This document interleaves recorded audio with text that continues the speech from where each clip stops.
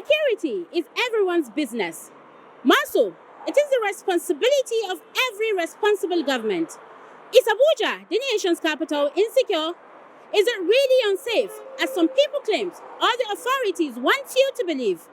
Is the popular one chance still in existence in Abuja? Join us on this week's Inside Abuja as we navigate insecurity and safety concerns. My name is Maryam Idris. Abuja, the capital city of Nigeria, once known for its safety and tranquility, has become a hotspot for crime and insecurity. From kidnappings to armed robberies and one-chance attacks, residents are living in fear. Vulnerable places like unauthorized car parks and under bridges at night have become hotspots for crime. The lack of functioning streetlights in some areas has made it easier for criminals to operate. Many residents have fallen victims to these crimes, and the situation is getting out of hand. So sometimes about 2 weeks ago, I can't remember the exact date now, 2 or 3 weeks ago, I was coming from, I just dropped somebody at the airport. I was coming out from the airport, so I got an order from one of these e-hailing companies. I think the client was somewhere around Giri. The client booked to Tungamaje, so I quickly rushed there and I met 3 guys. So they entered the car, we exchanged pleasantries as usual. So the one in front now said, oh, they have a lot of places they were going to, so that I shouldn't worry about the price, that we'll settle at the end of the day. So I now asked if we should do the trip online or we should go offline. So they said, whichever, if I want offline, good and fine. So I canceled the trip there. So we headed first to Tungamaje. While on our way, they were telling me that there is somebody they are trying to track. The person is owing them a huge amount of money and all that. So we got talking. We got to Tungamaje. They went into the community. I was just parked and they went into the community and came back after about 10 minutes or so and said, okay, let's go. The person is not here. They told them that the person is somewhere else. So we drove back towards Giri. I'm not so familiar with that area very well. And we came back towards Giri. They went to check somewhere again and then they said we should go to Kuje. So when we drove to Kuje, I think that was my first time going far into Kuje even. So we went to Kuje and we got to an area where the whole place was kind of quiet and all that. And then one of the guys brought out a pistol. I was like, I should just cooperate with them so that nobody has to be hurt. And I was like, oh yes, no problem, whatever they want. So they asked for my phone and I gave them the phone. They took my ATM. They asked for the PIN. I gave them the PIN of the ATM. So they tried to go away with the car. Unfortunately for them, I didn't have any extra security even on the car. They were trying to start the car and the car refused to start. So they came and they started hitting me that I have a security feature in the car and that's why the car is not starting. I told them no. I don't know why the car is not starting and all that. So they hit me and they left me there. I was lying on the floor, my face down, and then they left. It was after I'm sure that they had gone that I stood up and I started looking for how I would live there. Fortunately for me, I have this other small phone that I always keep in case if my smartphone is faulty or something. That phone, I always use it for emergency calls. So I had to call 1 or 2 of my members and then they now rushed down and that was how I left there. The safety situation in Abuja is improving, I must say, because nowadays when you walk at night, you see checkpoints at every major bus stop or every major intersection. So it makes the security situation better. I'm confident. It's just those bad eggs that are always there, but I'm very sure the security agents will they are doing their best to eradicate the city of such. I I don't pick, whenever I'm working now, if you are more than 2 guys, I don't pick. Ladies, yeah, I might pick, but guys, when I see 2, 3 guys and I see the kind of dressing, because anyway, that day I saw them, their dressing already said these guys, but I was like, let me just go. But right now, anytime I see people, they are dressing, and I don't pick more than 2 at a time. For motorists, they usually pick people on the way, or if you are the type that you are into the kind of job we do, I would say over the years, experience has shown that the moment you come to pick somebody and you feel like the person is, you have a hunch, a bad feeling about them, then don't just go, and then always make sure that you're security conscious, in the sense that you know the kind of people you pick, know the number you pick, and then know the destination you're going to. If the destination is not somewhere you're so familiar with, then I'll advise you don't even go. The stories of insecurity in Abuja are numerous, and one victim's experience shed light on the gravity of the situation. But what are the FCT security operatives doing about this? What are they doing to tackle the operations of the criminals causing havoc in the society? FCT is would I say, a land of where people come to look for greener pastures. We have a lot of influx of people, those who have legitimate businesses, and all those who have illegitimate businesses are all flocking around FCT. And when you have a lot of people, your crime is expected. Because you cannot wipe away crime except if you are wiping away human existence. So there are a couple of incidents here and there, incidents of car thefts and our usual one chance activities, which is we consider it robbery, and those are some of these couple of issues, security challenge we are facing in FCT, and we're handling it well, because we have time when those activities of one chance we douse down, then later it will resurface, and they come up back with different modules of operating. And we have to go back to the drawing board always to re-strategize, because when they know we know this way they are going, they take another way. So those couple of incidents, those car theft and one chance activities, are things that have been disturbing and have been pressing us within the FCT.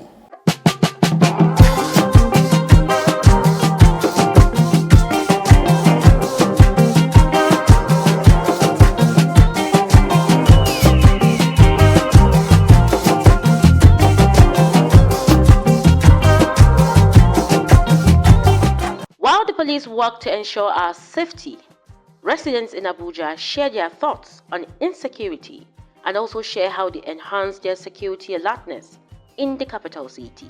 Abuja is becoming something else. I think since last year, it's getting worse. Sometimes we feel as if things are getting better concerning the insecurity, but every day you will hear neighbors, and even in other areas in Abuja, they will call you and tell you armed robbers, they broke into their homes, they cut away with their phones, their belongings. Some are even being attacked.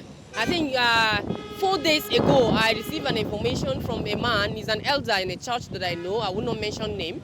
The armed robbers broke into their house and they attacked him. They cut away with their things, and most of the under bridges and all these homes around, if you enter vehicle, they run away. They collected people's phones. They run away with their bags. I don't really know what is happening in Abuja now.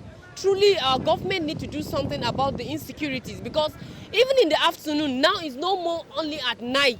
You will enter a vehicle, sit with a passenger, you don't really know who he is. Before you know anything, it's something else. They'll bring out gun or they'll bring out knife.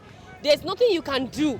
So we're really pleading with the government to come to our aid so that we'll live peacefully. They should help us. It's getting out of hand. It's obvious when they talk about the insecurity. Because like this now, I don't know, like some years back, things are not like this. That is what I knew. Things are not like this, and let's say like 8 years back, like 9 years back.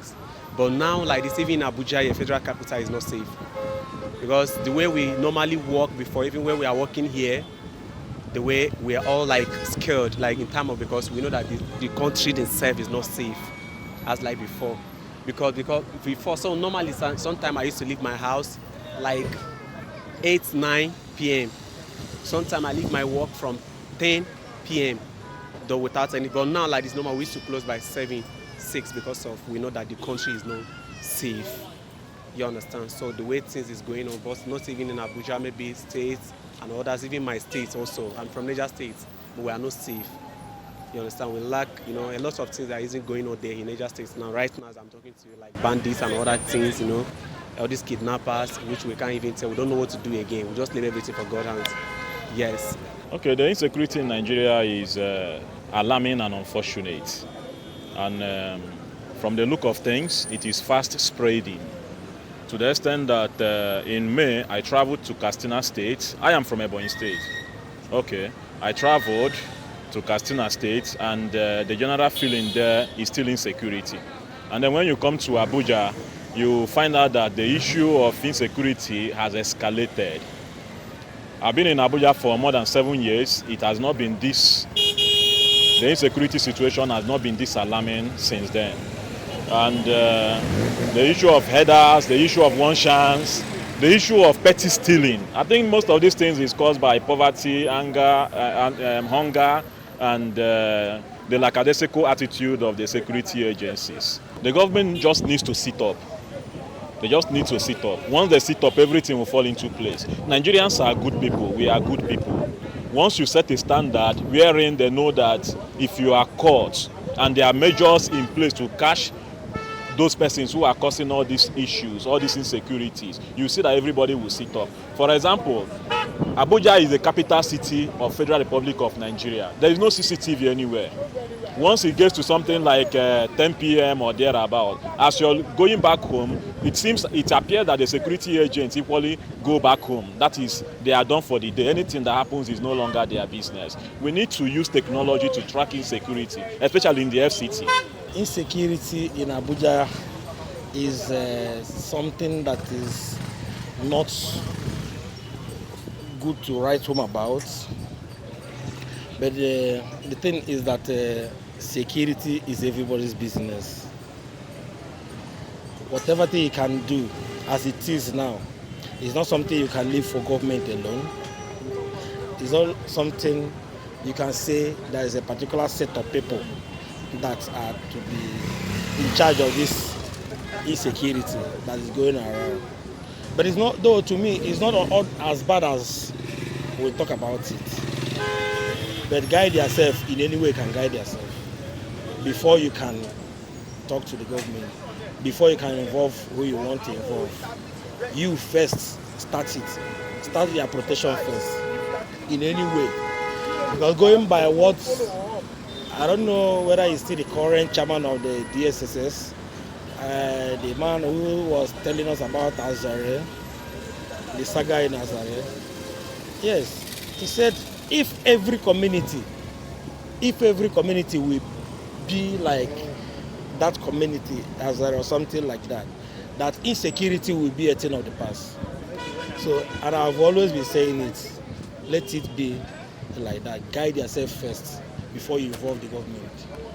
If you're able to guide yourself first, I'm telling you, insecurity will also be a thing of the past. So, since you feel that government is not up and doing, take it on your own. Protect it.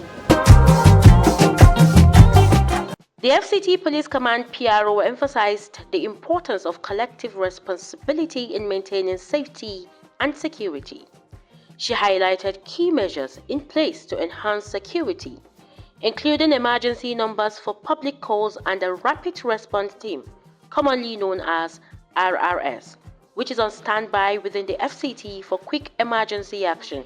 She also encouraged citizens to adopt the see something, say something approach. Well, I wouldn't be giving strategies there because some of them are still working for us. Some of them we've started others. I know we re-strategize as well. And giving those strategy out there is like giving our secrets out to the criminals out there.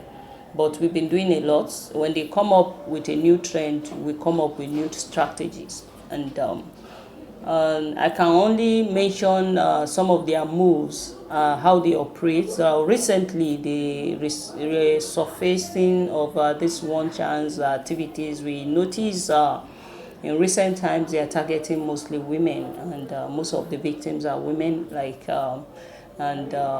The usual way of their operating with odd vehicles with odd plate numbers is no longer what they do. They use clean vehicles with tint, and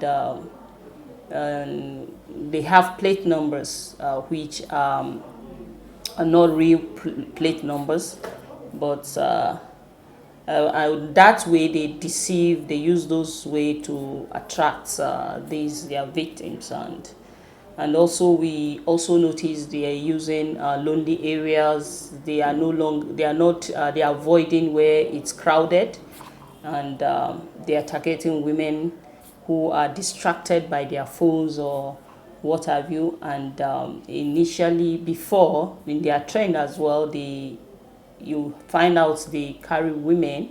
But these recent trends, from what we've heard from victims, you see they have two men in the back and a man in the front. So they try to put you in the middle, which we've been advising residents to be aware of those kind of vehicles.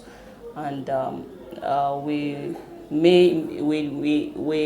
we put out some measures in visibility, and we reactivated this Operation Sweep, which within the FCT is causing a little bit of inconveniences to members of the public, but it's because of these activities of these criminals.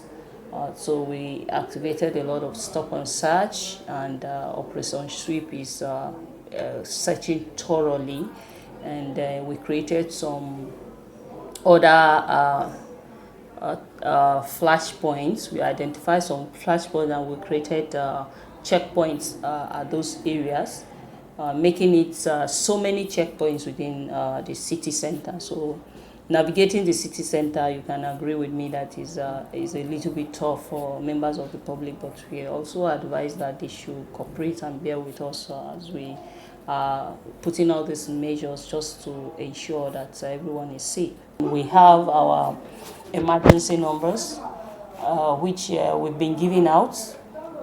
Those emergency numbers, and advising the residents to save those numbers on a speed dial for emergencies or distress calls. And also we have a rapid response team, which is commonly known as our RRS. And we have the ACOS vehicles. There's a response team that has been created. They are on standby. Some of them are even positioned at the Eagle Square every evening to respond to emergencies within FCT. So if you have those numbers saved on the speed dial, if there's any incident, you quickly report. And also we've been sensitizing members of the public on need to see something and say something. We keep saying see something and say something, because when you see or notice, observe any strange activities, strange faces within your environment, and you quickly alert the security agencies, and they will look into it before that problem becomes a problem. We will definitely look into it. So everybody has to be conscious, security conscious, because the security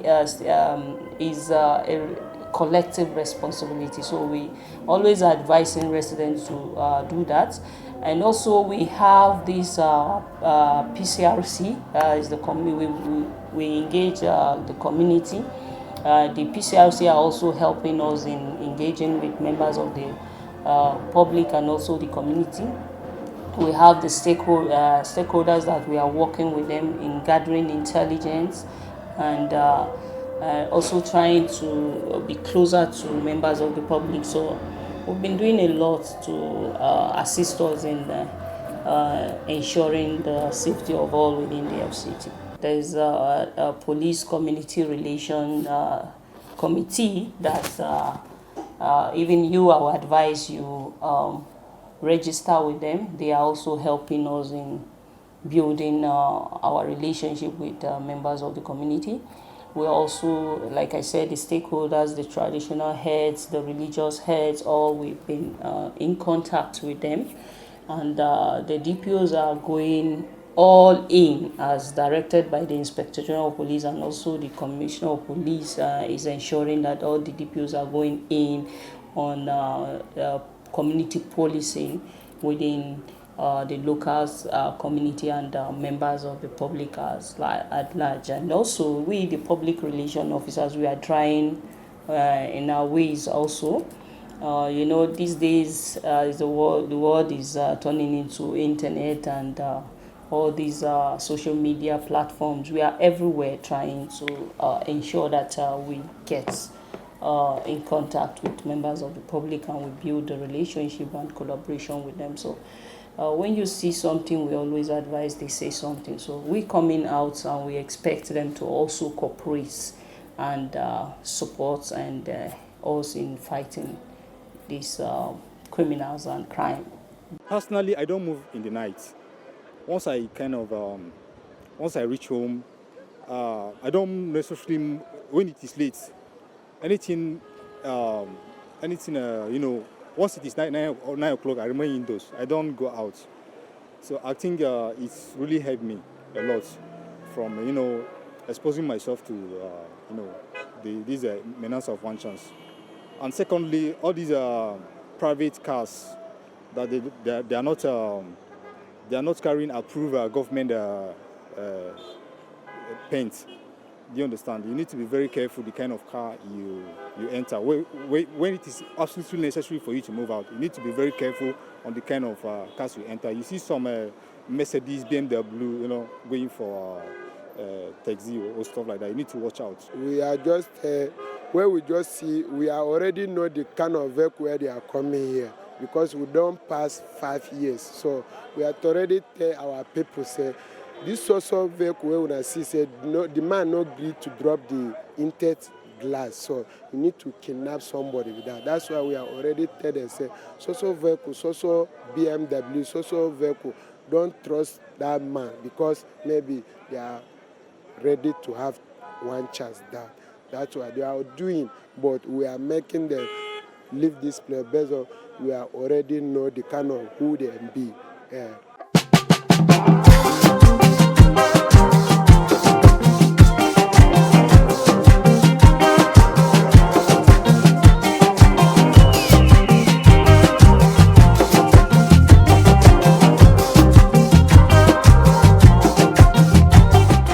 The FCT Police Command PRO also shared valuable insights on ways to enhance security in the city's environs. She emphasized the importance of collective responsibility in maintaining safety and security.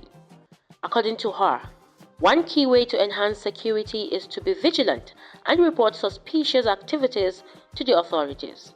I would like to advise most especially ladies, like I said before, the robbery of these one-chance activities, these people are targeting mostly women.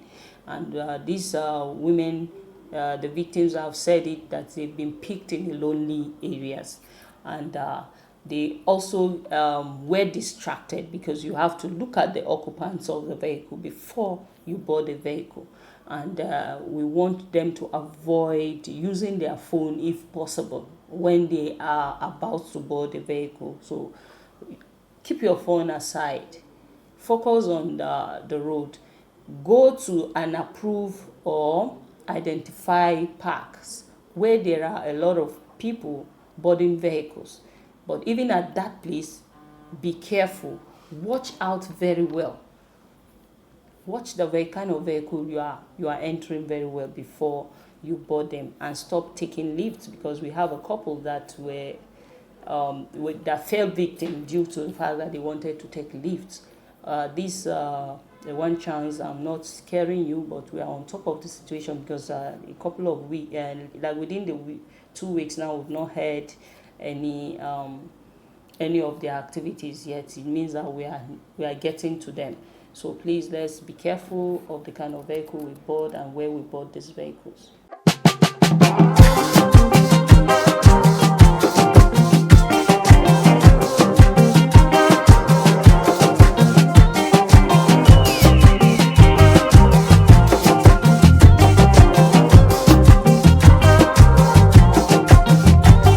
Addressing insecurity in Abuja requires a collective effort. The FCT Police Command is working tirelessly to enhance security, and citizens can play a vital role by being vigilant, reporting suspicious activities, and verifying information before sharing. By working together, we can make Abuja a safer place for everyone. And that's a wrap. I would like to leave us with the saying, if you see something, say something. Stay vigilant, be safe, and make sure you take care of yourself, especially when you're outside. I am Maryam Idris. See you next time for another interesting edition of Inside Abuja. Bye for now.